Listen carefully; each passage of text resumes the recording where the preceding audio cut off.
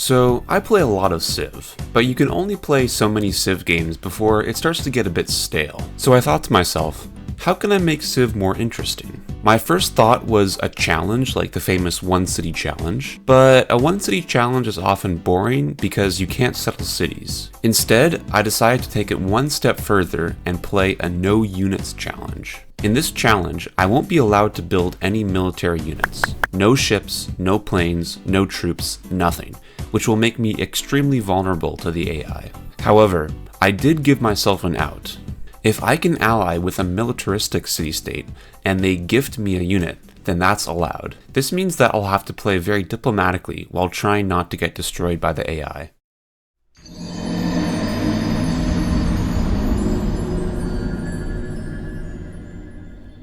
The game started off well. I had a strong start with some good land to expand. However, I quickly ran into difficulties. You see, Greece forward settled me, which gave me less land to settle while also exposing my capital. And to make matters worse, Greece is extremely aggressive, so I knew that I had a massive target on my back. However, at the moment, all I could do was try to develop my civilization as quickly as possible while frantically looking for a militaristic city-state. It didn't take long before my prayers were answered, because soon after I met Hanoi up north. This is huge because it means that I can ally with them early and get some quick units to defend against Greece. While all that was going on, my religion was slowly building up until I was able to found a pantheon on turn 44. I took the goddess of protection belief, which lets my units heal much faster in my territory. Basically, it's the perfect pantheon for a defensive game because I can sit back, defend, and heal up my units until the enemy gives up. Meanwhile, Hanoi wanted some ivory for a quest, and luckily I had a source near Adrianople. So, after connecting the resource, we got a huge influence boost, and now that Hanoi is an ally, they will start producing units for my army. A couple turns later, Hanoi gave the elephants right back by giving me a war elephant. Not much happened for the next few turns until I was able to found my religion on turn 78.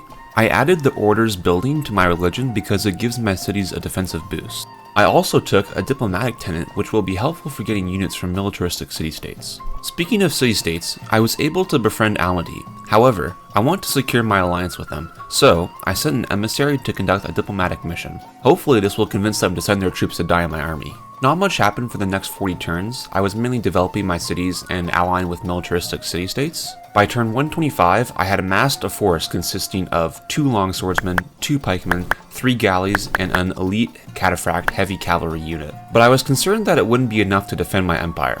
I would soon find out because on turn 126, Greece finally declared war against me. Greece immediately pushed forward on all fronts, but my numerous city-state allies were slowing them down a little bit. On my turn, I sent my navy up north to defend Antioch and congregated my remaining units down south. Luckily, I've had thousands of years to prepare, and the forts I've invested in won't go to waste. Hopefully. However, Nicaea was struggling in the deep south. The city was completely surrounded and difficult to reach with my troops. I managed to hold on though, and I was able to secure another galley and a composite bowman for my city-states. For now, I was defending, but I was starting to get very worried. I was falling behind science, and it was looking increasingly more likely that Korea would join in the war against me. Sure enough, on turn 141, Korea joined the war against me. Now I was really in a pickle because I had a whole new front to deal with. The next several hundred years was the most brutal fighting during this game.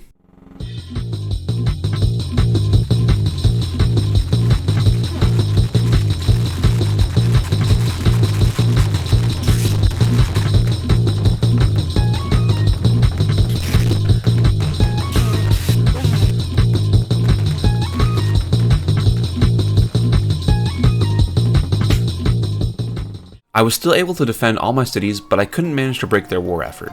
And the final straw was when the Shoshone declared war on me, which subsequently led to a rebel uprising in Adrianople. By this point in the game, my population couldn't sustain a war any longer, plus I was last in almost every demographic in the game, and there was no possible way I could pull off a win. So, on turn 173, I finally decided to throw in the towel.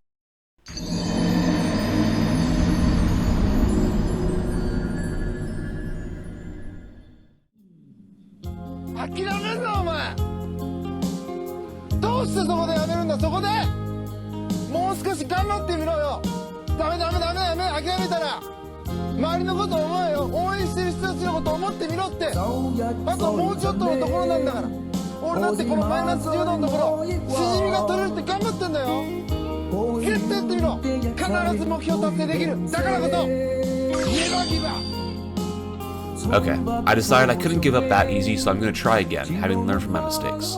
I think that if I can focus on science and maintain a tech advantage over my opponents, I can win.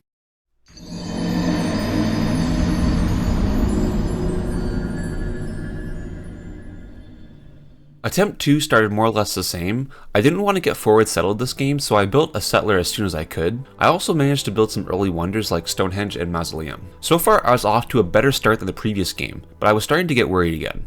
I hadn't found a single military city-state, and if I can't find one soon, I'll be dead in the water. For now, all I can do is hope for the best while developing my civ as fast as possible. A few hundred years later, I finally found my militaristic city-state. However, there was one small problem. They were on the other side of the continent, which would make completing quests near impossible. But we needed this militaristic city-state badly, so I scraped together a diplomatic mission consisting of a merchant and an envoy and sent them off. My envoy finally made it after a long trek, and I was able to secure an alliance with Belgrade. Now I feel a bit more safe since I have a steady stream of units coming in.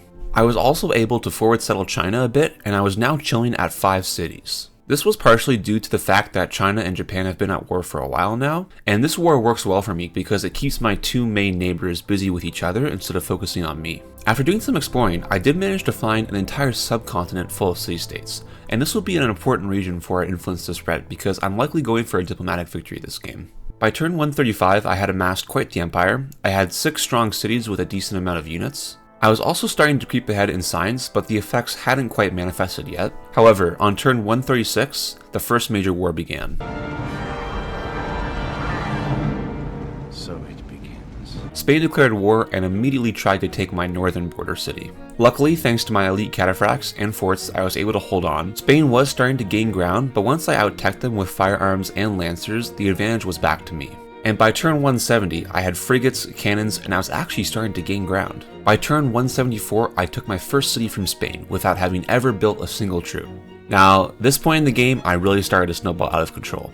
Not only is my military out-teching everyone, but it's actually a decent size too. I was also starting to heavily colonize and ally myself with city-states far out in the world. Next up on my hit list was Spain's northern city, which I took on turn 183. I also saw that China was declining after a disastrous war with the Inca, so I declared war and yoinked their capital before the Inca could take it.